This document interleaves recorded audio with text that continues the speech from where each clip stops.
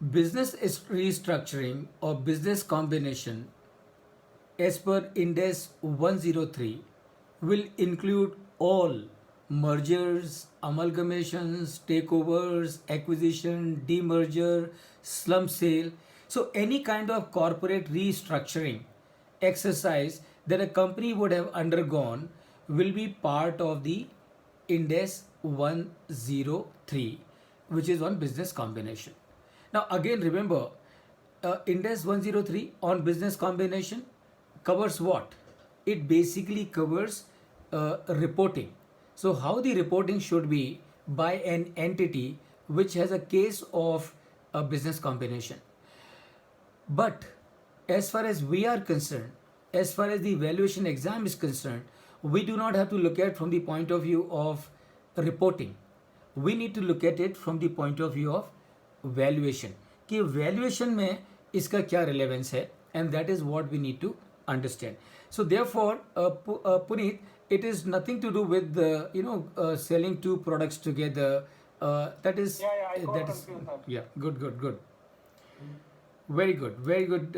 So let's move forward now. This is what we need to understand. So number one, what is business combination? What is Ind AS 103 is all about?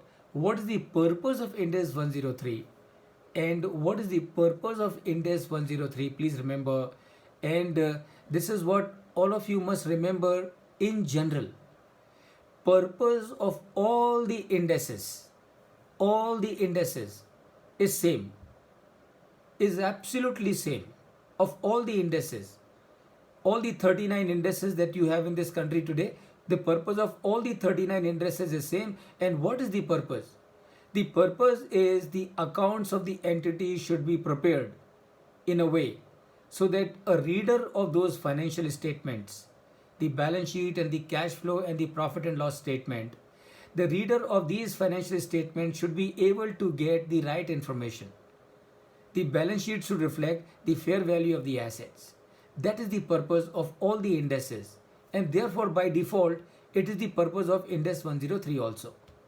So purpose of Ind AS 103 is कि जब आप merger कर रहे हैं, amalgamation कर रहे हैं, demerger कर रहे हैं, एक्विजिशन कर रहे हैं, टेक ओवर कर रहे हैं, स्लम सेल कर रहे हैं, या और भी कोई कॉर्पोरेट रीस्ट्रक्चरिंग कर रहे हैं, तो उस समय जब आप एसेट्स को अकाउंट करेंगे आपकी बुक्स में, you have to ensure that you do fair valuation of those assets.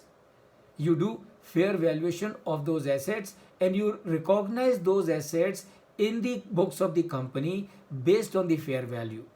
And who will do this fair valuation? This fair valuation will be done by people like you and me, people who are a registered valuer. And since you and I have to do the fair valuation of all these assets, therefore it is necessary for you and me to understand as to what is Ind AS 103, which is about business combination. So that is the purpose of Ind AS 103. अब what is purchase price allocation, ये हम समझ के लेंगे, and how it is carried out. Then of course how is the goodwill gets created. Now this is very interesting. This is very interesting. So दुनिया में बहुत सारी कंपनियां हैं, बहुत बड़ा नाम है उनका. They are really highly reputed company. Not only highly reputed company, but they are highly known company all over the world. और आपको ताज्जुब होगा कि ये कंपनियों की अगर आप बैलेंस शीट उठा के देखेंगे तो यू विल बी सरप्राइज कि इन कंपनियों की बैलेंस शीट में ऑन अकाउंट ऑफ गुडविल $1 भी नहीं है, €1 भी नहीं है, £1 भी नहीं है, ₹1 भी नहीं है. Despite that these companies have been in existence for very long time. These companies are very well known. These companies have got tremendous goodwill, tremendous brand name, but nothing is coming in the balance sheet. So then the question is, why goodwill comes in the balance sheet? When goodwill comes in the balance sheet, that is what we will understand. And then we will understand what is a bargain price and how to recognize the bargain price and what is the role of you and me in implementation of Ind AS 103, because ultimately valuation has to be done by someone. Who that someone can be? That someone can be only a valuer like you and me, registered valuer, qualified valuer like you and me, and that means we have to do that fair valuation, and we have to help the companies in arriving at that fair valuation so that they can do their accounting rightly, and so that the purpose of Ind AS 103 on business combination is served. Let us understand what is purchase price allocation. Any idea, Ankur, what is purchase price allocation? In case of merger or acquisition, so what will be the purchase price at which the acquiring unit is acquiring the other unit? So that price determination may be, I think, the purchase price. Okay, and what is that is correct, absolutely correct, Ankur. But now the question is, how do you figure out the how what is purchase price allocation? What is Ankur? Sorry, Puneet. No idea. I can't really. Okay, very good. Now I will tell you what is purchase price allocation as per Ind AS 103, which is on business combination. एक छोटा सा example देता हूँ. Let us understand it with the help of an example. Company X is merging into company Y. Company X is merging into company Y. So what is happening? Or let me take the names, because sometimes we tend to get confused between X and Y.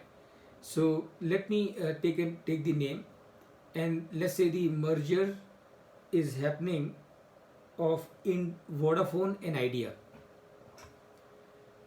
I have no idea as to what has been the scheme of merger and amalgamation, merger of Idea and Vodafone, but I'm just using hypothetically.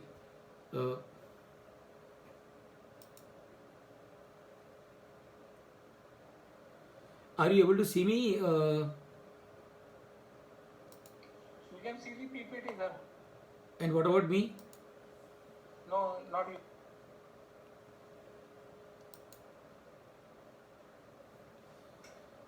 Now I think you should be able to. Yes, sir.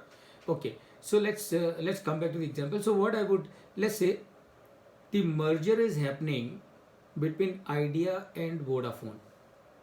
Idea and Vodafone are merging together, and a new company is coming into existence, which is Idea Vodafone. कैसे होगा ये merger? All the assets of Idea, assets and liabilities of Idea, all the assets of and liabilities of Vodafone will be transferred to Idea Vodafone as a separate entity, and all the shareholders of Idea and Vodafone individually will be issued shares in Idea Vodafone. This is the broad contours of the merger. So all the shareholders of Idea and Vodafone will get shares in Idea Vodafone. That's number one. Number two, all the assets and liabilities of Idea and Vodafone will be transferred to this new entity, which is known as Idea Vodafone. And I'm giving this example hypothetically because just to explain the whole concept. How the scheme of Idea Vodafone has happened, I have no idea.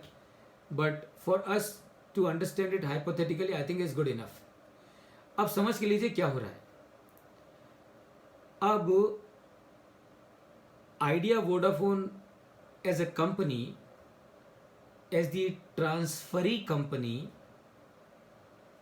has issued shares worth 10,000 crore to the shareholders of Idea,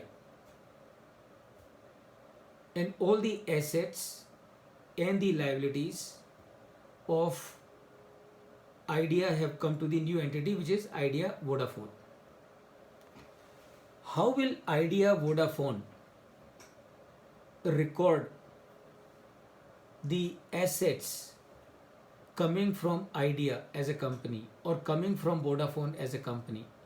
How will Idea Vodafone record these assets and at what price? This process is known as price allocation. This process is known as price allocation. How does this process work? Let us understand. तो idea Vodafone के पास में idea की सारी assets आ गई और Vodafone की सारी एसेट्स आ गई. Now what Idea Vodafone will do? Idea Vodafone will check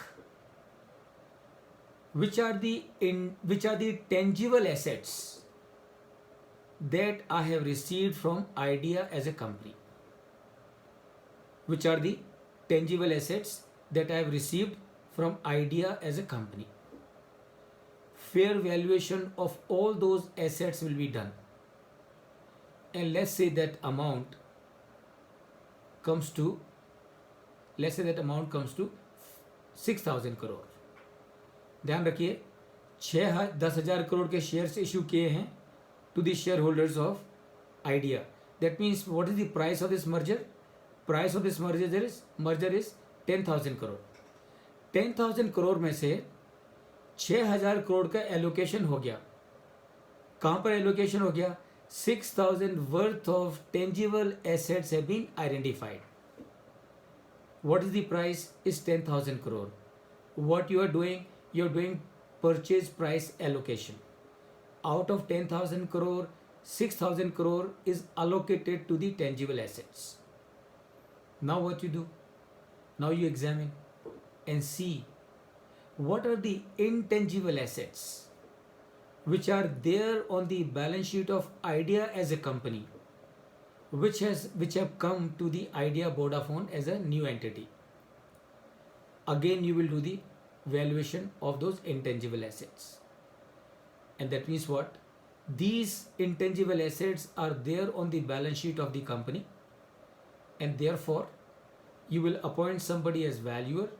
That valuer, following the methods applicable for the valuation of intangible assets, will do the valuation of all the intangible assets which were there on the balance sheet of Idea as a company, and वो आपको बोलता है valuer कि intangible asset जो idea से आई हैं to the new entity Idea Vodafone, the value of those assets is 2,000 crore. So now 2,000 crore is allocated to intangible assets. Which intangible assets? Intangible assets which are there on the balance sheet of Idea, which were there on the balance sheet of Idea. Now remember, it is very much possible. तो क्या हो गया? 8,000 करोड़ की assets का allocation हो गया. 8,000 करोड़ की price का एलोकेशन हो गया. 6,000 crore have been allocated to the tangible assets. 2,000 crore has been allocated to the intangible assets which were there on the balance sheet of Idea as a company. Now, what can happen? It is possible that an entity had few intangible assets, but these intangible assets were not reflecting on the balance sheet of that entity. So what will you do as Idea Vodafone new entity? You will appoint some expert who will identify all such intangible assets which are there but not reflecting on the balance sheet of a company. So this expert will identify which are the intangible assets coming from Idea to Idea Vodafone, but they are not there on the balance sheet of Idea. Since you are getting those assets, even though they are not there on the balance sheet, as per Ind AS 103, you need to identify those intangibles, need to measure those intangibles and recognize those intangibles in your books. तो ये जो expert है वो आपको बताता है कि ये इंटेंजिबल्स हैं जो कि आइडिया की बैलेंस शीट पे नहीं थी लेकिन एक्चुअल में है. So you will appoint a valuer. That valuer will do the valuation following the methods of intangible assets valuation, and let's say he comes and tells you that the value of these assets is 1000 crore. तो कितने allocation हो गया? 6000 is allocated to tangible assets, 2000 crore is allocated to the intangible assets which are on the balance sheet, 1000 crore is allocated to the intangibles which were not there on the balance sheet. So total allocation is how much? 9000 crore. How much is remaining? 1000 crore. How will you record this 1000 crore? This 1000 crore you will record in your books as goodwill. As goodwill. So friends, this is the process of purchase price allocation. This is the process of purchase price allocation, and that's where you and I will have a role as a valuer, because ultimately somebody will have to advise the company as to what are the values of those intangible assets, right? And that's where you and I will have to play the role. As far as the tangible assets are concerned, you and I do not have a role, because tangible assets will comprise of the land, property, plant and equipment and building. You and I as FSA valuer are not authorized to do the valuation of plant and machinery, land and building. So those valuations will be done by somebody else. But the FSA, the intangible assets are to be valued by a valuer who is authorized to do the valuation of FSA, that is SF securities and financial assets, securities or financial assets, SFA. So that is what that's where you and I will have a rule. So friends, this is about the Ind-AS 103 which is on business combination. अब जरा ये समझ के लेते हैं कि what is the process for the recognition of the intangible assets. So intangible assets को book में आइडेंटिफाई करने का और रिकॉग्निशन का क्या प्रोसेस है, मैंने आपको एक्सप्लेन किया है already while talking about it, but using a chart, how will it be?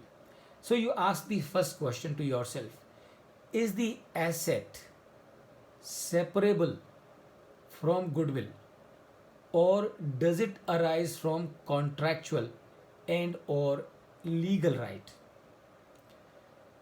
So if your answer is no, that means this asset is not separable from goodwill. This asset is not arising by virtue of contractual and or a legal right. That means it's not an intangible asset. It is part of the goodwill. If the answer is yes, then you go further.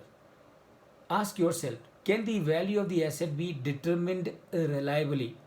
ज़रूरी है ना कि अगर आपको कोई assets आपकी books में recognise करनी है तो सबसे पहले you should be able to measure value of that asset. Only if you can measure the value of the asset you can recognize in your books as an asset.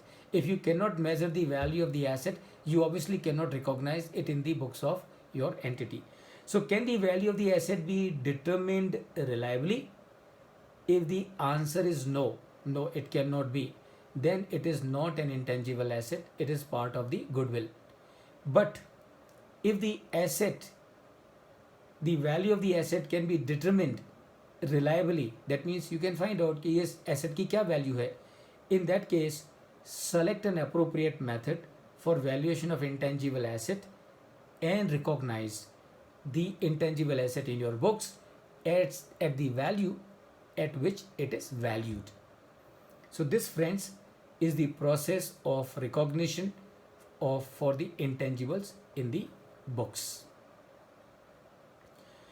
So with this, we come to the close of Ind-AS 103, which is on business combination. In case if you have any question, please go ahead. I would be happy to take them. Else we move to the next topic.